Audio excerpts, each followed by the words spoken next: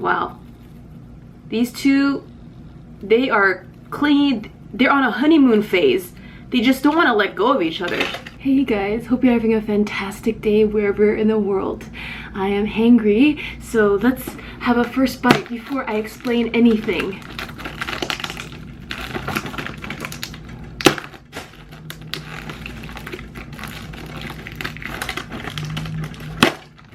Why isn't it opening properly?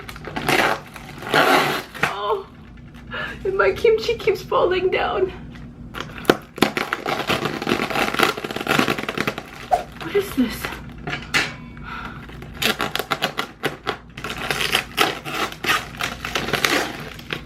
Can you guess what we're eating today? Donkatsu.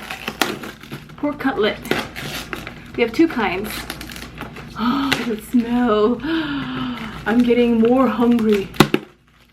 Ooh, all that moisture on the plastic lid is splattering over me. This one is a cheesy tonkatsu. And in here, okay, this to-go box is pretty cool. It has crane. Do you see that? It's engraved. There's a crane and a, I think it's a setting sun. Inside we have mandu, steamed one. Alright, I'm getting weak. Oh, this cheese is not so cheesy anymore. It's kind of dried. Oh, it's too much work. Okay, so let's go with the first tonkatsu. This one is the original. The inside contains pork. This is something I grew up eating. I remember in 2nd grade, my mother would make it for me and I would be so excited.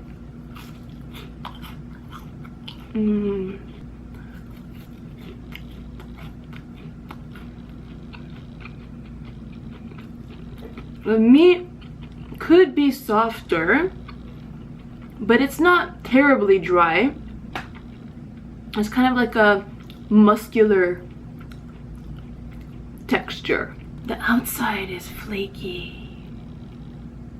I'm out of it, man. Donkatsu typically comes with the sauce. Jan! Ta-da!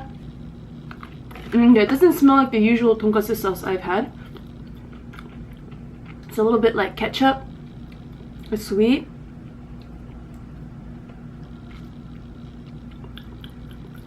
It's not the best tonkatsu sauce I've ever had. But you know what? When you're hungry, it doesn't matter. Just the fact that there's food in your face, that's all you care about when you're hangry. Over here, we have kim, roasted liver. Very thin. And when you touch it, it's a bit oily.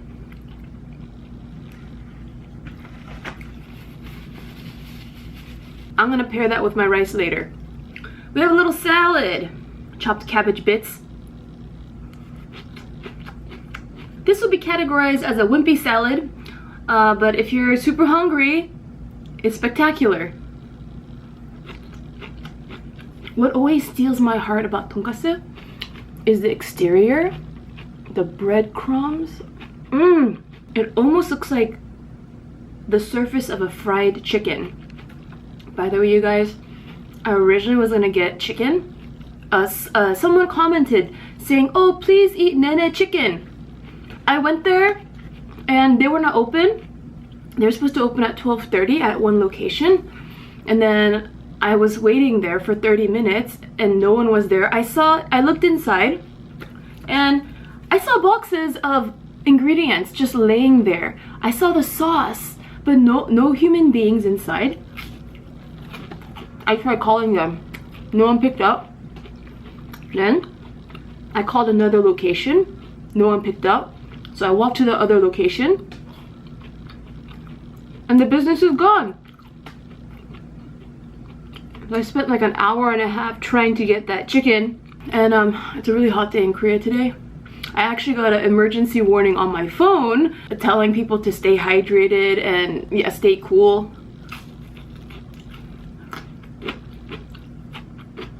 Anyhow, I've been sweating and walking. And so I feel pooped out right now. I feel toasted. I feel like a burnt piece of bread. I'm slowly gaining my energy back, and perhaps this cheese one just might do the trick. Did you hear that? The edge of that one was like a powerful crunch. Okay, now this one, it has mozzarella cheese in it, and that cheese makes this tonkatsu more like soft, gooey, juicy.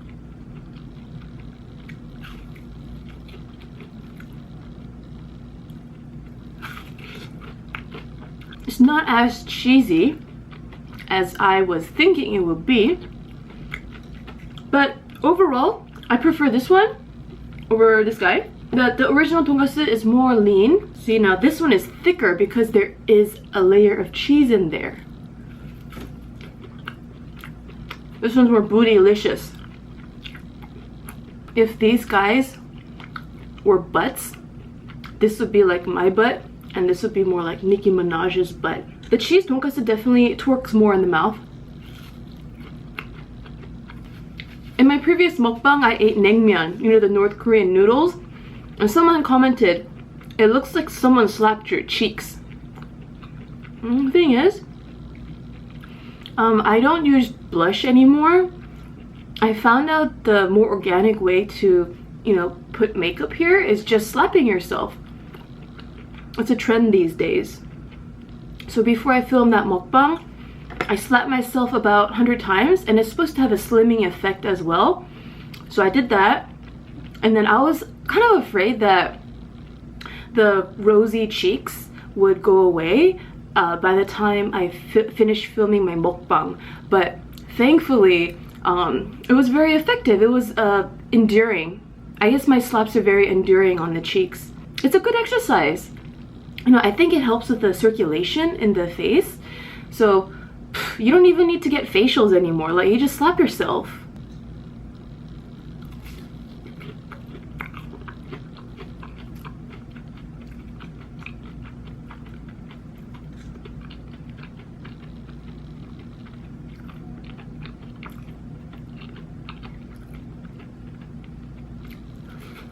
I'm going to be answering your questions from Instagram, Twitter, and Facebook.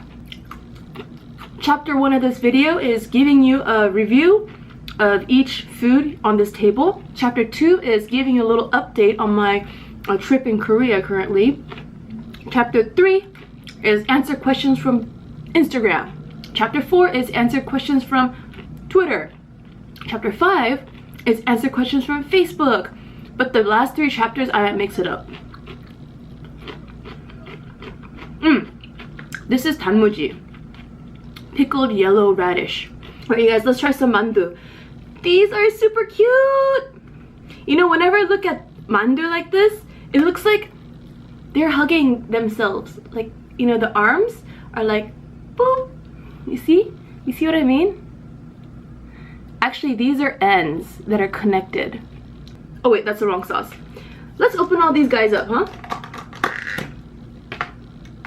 So here we have, because I got 2 dishes of tonkatsu, I got 2 of the sauces. And here we have kimchi. Here we have more 단무지. Then we have more kimchi. And this must be the sauce for the mandu. But, just a puny amount. Why so little? In the first round, let's have the mandu as is by itself.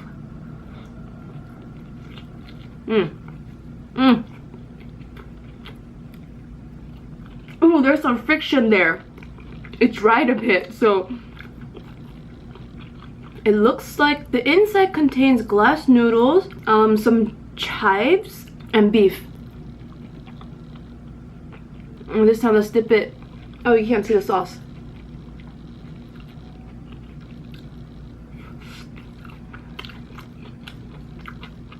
These folds remind me of wrinkles.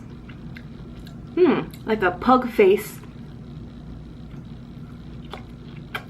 What I love about mandu, this is cushiony.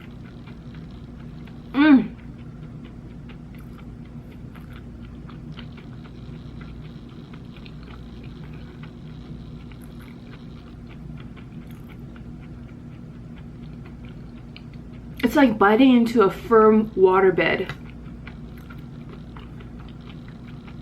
Have you guys ever slept on a waterbed? Or maybe you have one? I never had a waterbed, but I had a friend who did.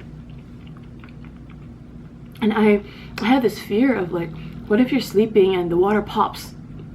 I'm gonna drown in your sleep? I mean, I'm pretty sure most of the time that doesn't happen, because if it did, probably people won't be buying waterbeds.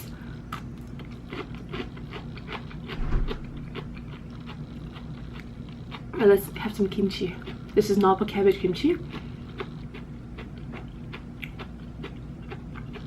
Let's finish the tamuji first.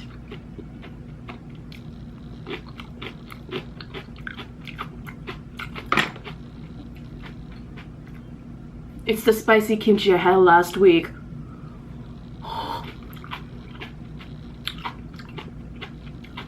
It's more delicious than last week, but it's also, oh, but the spicy is the same. Oh man, okay, hold on. I bought banana milk, banana uyu. Growing up, I loved it so much. Hold on, oh my gosh, my mind is going out of control. Okay. Oh, hold on. Oh, please poke through.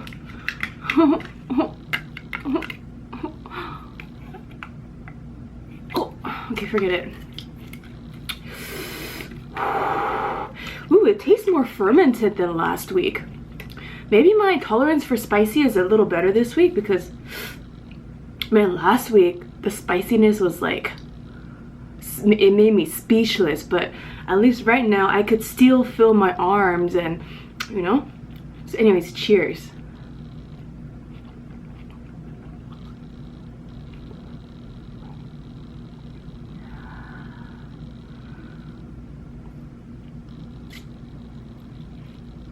I'm speechless, not in a spicy way, but in a joyful way.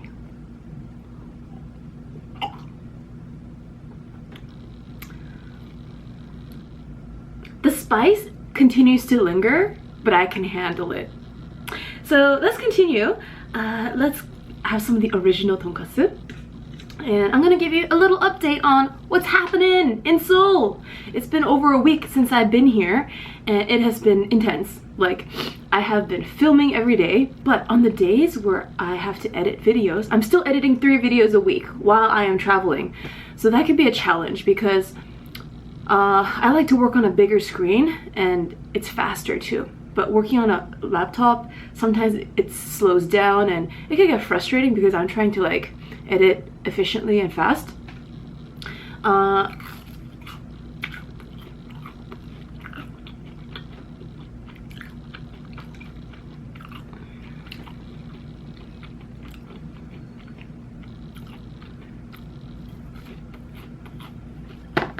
The thing is,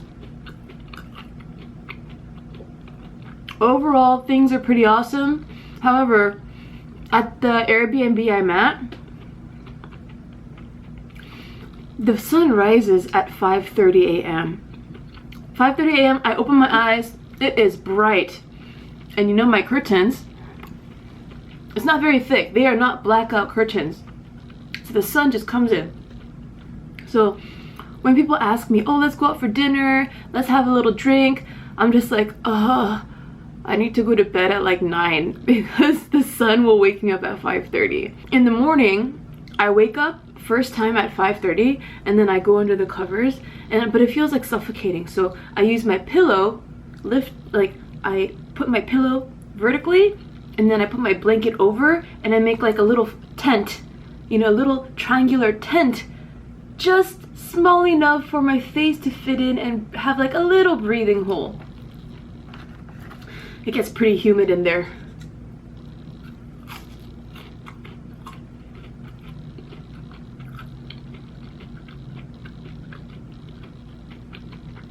Every time I go to Korea, I make it a point to drink this at least once. In a prior trip, I used to drink one almost every day, but you know, I don't do too well with milk.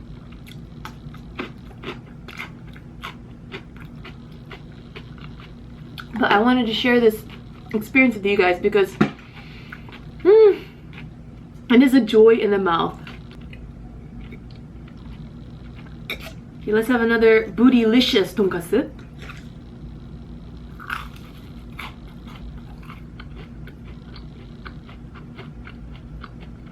Alright, let's try some of the kim. You could buy it at the store all cut up already, but I just felt like buying big sheets. So you just wrap it around the rice as such, and then you pop it in your mouth.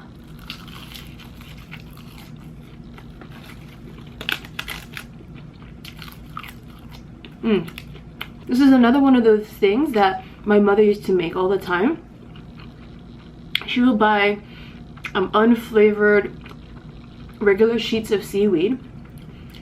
She would brush on the sesame oil, sprinkle on some salt, and then roast it herself.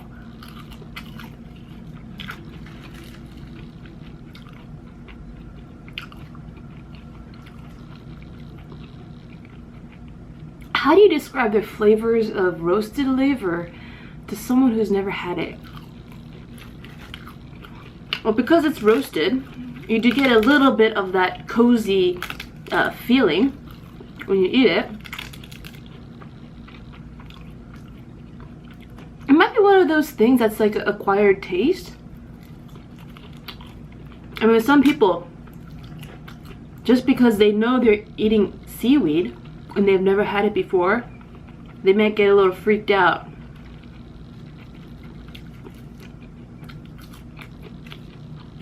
But seaweed can be used in so many different ways.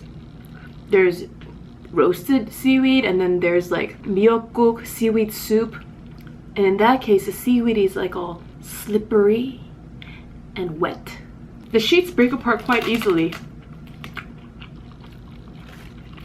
And actually, you don't need to eat it with rice. You just eat it as is by itself. You know, if your mouth is bored, but you're not necessarily too hungry, you could just pack a couple of these in your mouth.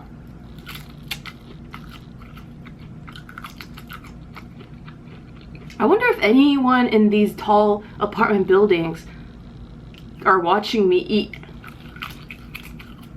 Over there are apartment towers. That's the market, E-Mart. And over here we have Gongyu. I get a view of him every morning, every day. And down there, there's a lot of shops that sell leather. Alright, let's have a mandu.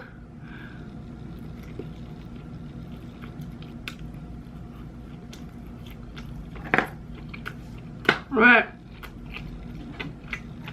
I'm gonna answer your questions from Instagram. What is the best advice you could give to others regarding life? Coconut smile. Wow. These two, they are clingy. They're on a honeymoon phase. They just don't want to let go of each other.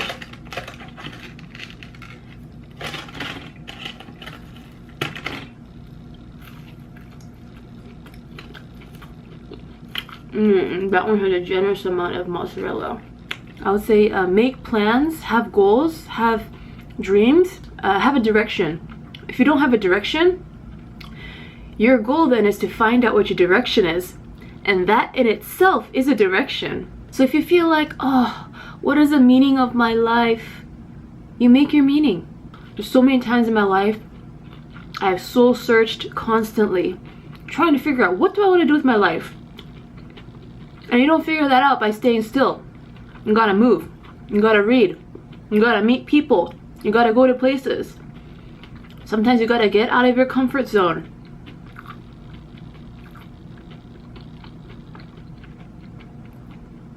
What kind of weather should travelers prepare for Korea in the month of July? The Korean summer is hot and humid, but my friends from Singapore who've been to Korea say it is not nearly as hot and humid as their weather. Now, I've been in Singapore many times. Altogether in my life, I think I've been there for 9 months, something like that. Singapore is warm and humid all year round. It's either hot or hotter. But Korea, we have 4 distinct seasons. Winter is cold. The sidewalks can get slippery, so you gotta wear appropriate shoes. And then the summertime, it is, I remember as a kid, when I came here, I just dreaded it during the summers. But after being in Singapore, I think the Korean summer cannot beat that. This year, I'm told by my friends and the locals here, the summer is a bit delayed. It's procrastinating. So far, it has rained a bit. It's been pretty cool. Today, it's gotten hot suddenly. What is the spiciest food you have ever eaten? I don't remember because it was so spicy. It's like when you get super drunk and you black out, some spicinesses just give you a blackout. No, but in all seriousness, it's hard to say. But last week's kimchi was pretty spicy. That's like the most recent spiciest thing I have had in a while. What time do you usually eat your meals? Do you have a particular reason for that? Like not to gain weight or sleep more? For example, when I film a mukbang, I like to film it during the daytime. Closer to 12 p.m. the better. Because when I film a mukbang, I eat a bit more than I usually would. So I need time to digest. If I film a mukbang at 6 p.m., usually I have difficulty falling asleep. But aside from mukbang on a daily basis, if I'm hungry, I eat. Because when I get really hungry, I feel very weak and I just can't think. I just can't function and I get very cranky. So if I'm very hungry and I don't have food or I have to wait until a meal, like if I'm gonna have lunch with a friend, right? Then I have to wait. I'll just drink a lot of water. I'll drink a cup of water, see how I feel. Because sometimes you feel hungry when you're thirsty, when you need to be rehydrated. How do you stop avoiding things and just face them? For example, rejection for a job or rejection for other things. Love ya, Mina. Double wink. For those of you guys who know about my Ramona champion days, double wink. Oh, it's so dry. Here, let's re-wet it. Wet it with sauce.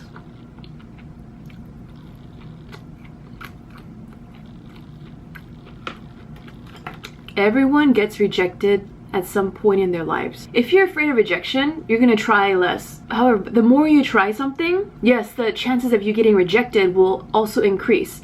But the chances of you being accepted and doing well will also increase because you're trying. If you try something 0 times, you'll get 0 success. But if you try something 5 times, you might succeed 5 times, or you might succeed 1 time, or maybe it's still 0. But you try 100 times, come on. At some point you're gonna get a success. It really depends on what you're trying to achieve. If you're auditioning for a Disney film, okay, then chances of that, okay, might be a little bit slim.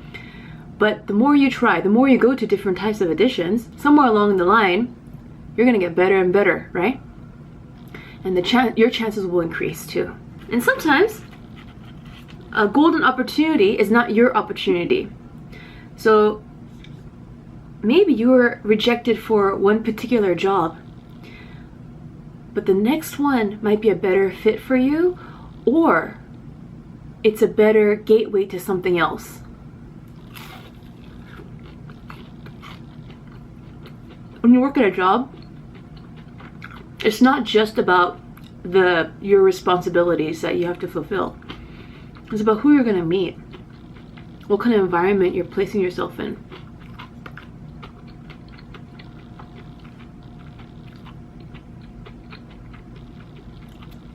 You know, and when you work at these places, you might form friendships that in the future you might collaborate with them again. I just don't know where these opportunities come from. You can never predict.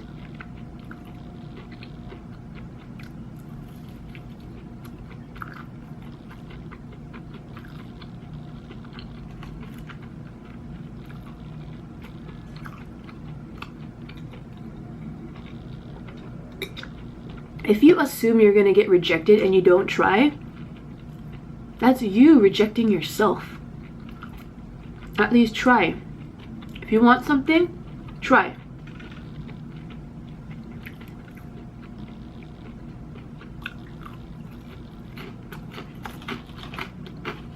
One more piece left of the cheese tonkatsu. Oftentimes, we may put a lot of weight on the final outcome. Success and failure. We might categorize them like that. But there's a process behind everything you do. You went to the company, you got a job interview. But maybe during the train ride or the drive to that company, you're exploring a different area. And you're like, wow, I didn't know those kind of businesses existed around here. Oh, or like, oh, that company. I should think about applying to that company as well. So while you're attempting to succeed at something and you fail, you did not fail 100%. You still gain some knowledge. And that knowledge can be fuel to another endeavor, a future project or future whatever it is.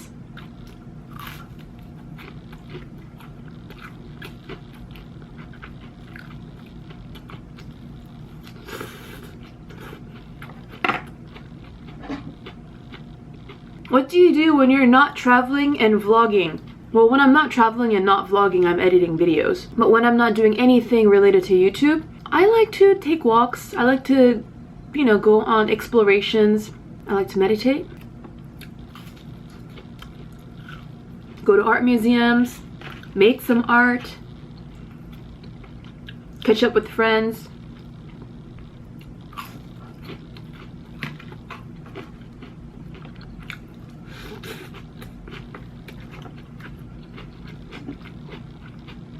What country would you most like to visit? All the countries I haven't been to yet. But something about Antarctica is very appealing to me.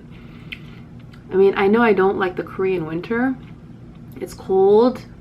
And imagine being in Antarctica. It's gonna be, wow, infinitely colder. But there's something beautiful about desolate landscapes. It's just no one there. Barely anyone there. There's something about that loneliness I like. Like when I watch space movies, it's just one man in one ship.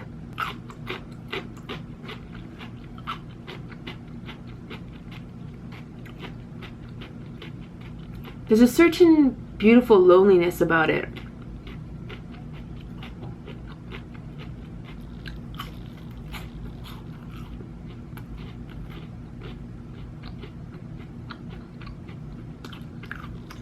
I'm certainly getting full. Okay, let's answer your questions from Twitter now. What's your most favorite of favorite foods? Like, what food could always keep going back to? I love vegan food. I'm not vegan. Well, apparently, because I'm eating pork right now. Wow, some vegan restaurants, they are so creative and so tasty. Not all vegan restaurants make good food.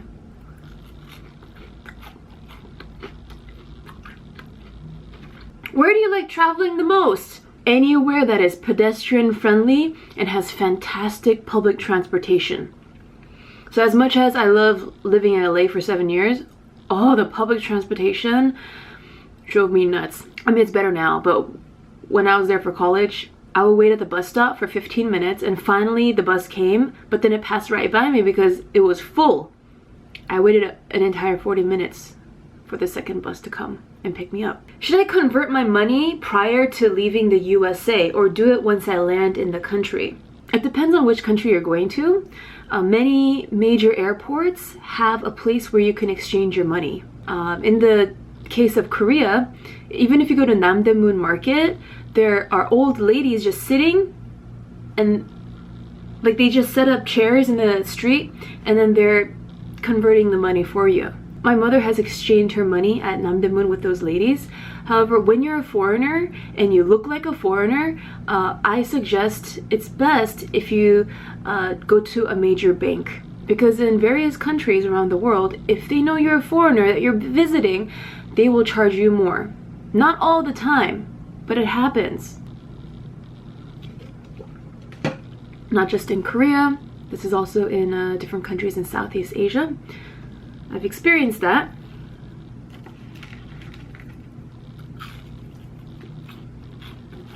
In some cases, your bank may not be able to change your currency into your destined country. When I came back from my Asia trip, I wanted to exchange my real. That's the Cambodian currency. And my bank wouldn't change it for me. They wouldn't take my real. If you're visiting Seoul, most places accept credit cards, except for the outdoor markets. So in that case, you don't need to change too much cash. In other countries, it might be a little bit shady to use your credit card. There might be a high identity theft situation going on, so in that case, I recommend using cash. How do you know if the food is safe to eat in countries you've never been to? You don't. As I mentioned in previous videos, just because it's street food doesn't necessarily make it dirtier than a restaurant. It really depends on the person who's preparing your food, how hygienic they are. Do they wash their hands after they use the restroom? Do they not? Someone at a 5-star hotel might not wash their hands as clean as a 2-star hotel chef. Sometimes when I overeat in a mukbang, I start feeling my heart beating more. I take that as a sign to slow down. Have you seen Korean food or products used in unusual food situations? And when I first heard of kimchi taco, I was living in LA at that time. I was like, whoa, this is interesting. But after a while, everyone starts doing it. It's not that unusual anymore. So once upon a time, kimchi taco, that was one of the more unusual dishes I've heard of. I have a lot of food allergies, but I want to be adventurous when I travel. Do you have any suggestions for how I can make it work? Different countries might use certain ingredient often. Like in Thailand, you'll see bird's eye chili frequently, almost every day. Or if you stay at home, then you won't see it unless you have it in your fridge. So if you're allergic to bird's eye chili, like not even touching it, but just being in the presence, then Thailand, you just might have to not visit that for a while. Do your research beforehand. Find out what's the base of a lot of the country's dishes. That way, when you get to the country, you don't have to have this fear of like, am I gonna get sick from this? Am I gonna get sick from eating that, this, that? Like, because you did your research ahead of time, you'll be more confident. What's your best advice to others who want to make a good mukbang? Someone out there is always gonna complain that they don't like your slurping sound, or they don't like the way you look, or they're just gonna complain. Other people are gonna love it. Those exact things you do, some people will hate, some people will love. Whatever way people swing towards, good or bad, or neutral, you just be yourself. What else can you be? Have you ever tried sweet and sour pork in Korea? Third time I asked this. I've had it many times when I was in Korea, and many times when I was growing up. So that's why, like, because I've had it so much in my youth, in my elementary school grade days, I just not interested in eating it anymore. I think it's out of my system. Hello, Miss Mina. I was wondering, when you were a kid, did you ever think you'd be where you are now? Traveling, YouTube, etc. Love you. When I was in 2nd grade, there was no such thing as YouTube. Actually, when I was a kid, I didn't like to travel too much. I just liked staying at home. I was a homebody. I like to read at home. I like to play computer games at home. The older I get, the more I want to travel, the more I want to see what's out there. When I was in kindergarten, elementary school, I wanted to be a teacher or an artist. YouTubing is somewhat of an artist, I suppose. The computer screen is a canvas with pixels. How do you balance food, travel, and life? When I'm traveling, that's when I'm the most focused on filming and editing. I eat all my naughty foods on camera. Most of the time. There might be 1 or 2 meals here and there I might eat that are naughty and off the camera, but most of the time my cheat days are filmed. So when I'm not filming, I'm eating way healthier and more boring foods. But that's because I don't want to put too much flavor on my tongue constantly and desensitize my taste buds. I still want it to be sensitive, so then I really feel the food when I eat it. Most of my life I was in school and I focused on work You know, schoolwork was like number one all the time, finishing homework. But with age, I'm appreciating relationships more, and my family, my friends. Every week, I make it a goal to meet at least one friend. And then I hang out with my mom every weekend. Her, I just want to spend more time with. It's like all the years I was away in LA and Asia, I just want to make it up. And what is balancing for you, it may not be so balanced for someone else. Like, for example, this much of family and friends time, this much of work time, this much of relaxation time might be a good fit for you, but for someone else, this much family and friends time is enough and they need this much work time. So to them, that's a balance. But the perspective is different. In your opinion, how much does food help you understand one's culture? Food doesn't speak. It doesn't talk to you about the stories of the people around you. So food in of itself is not going to tell you too much about a culture, because if a culture's food is very spicy, what does it mean? Does it mean that they're temperamental? No, not necessarily. Food can be revealing because certain ingredients can only be grown and raised in certain climates.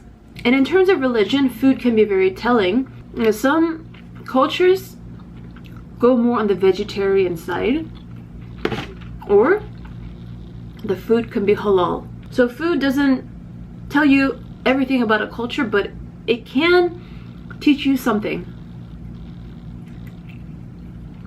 What country offered the best food experience during your travels, and what made it the best? I cannot say one country made the best food for me. Every country has a dish that is so tasty. You just won't forget about it. In terms of Thailand, oh, the food there is flavorful, but at times it can be quite spicy, like spicy in, spicy out. The Vietnamese street food in Hanoi is not as flavorful as the Bangkok street food, but that's what I liked about it. It really depends on your mood.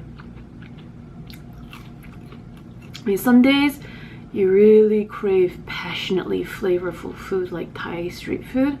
Other times you're like, you know what, I want something that tastes like a Monet painting. That's when you eat the food of Hanoi.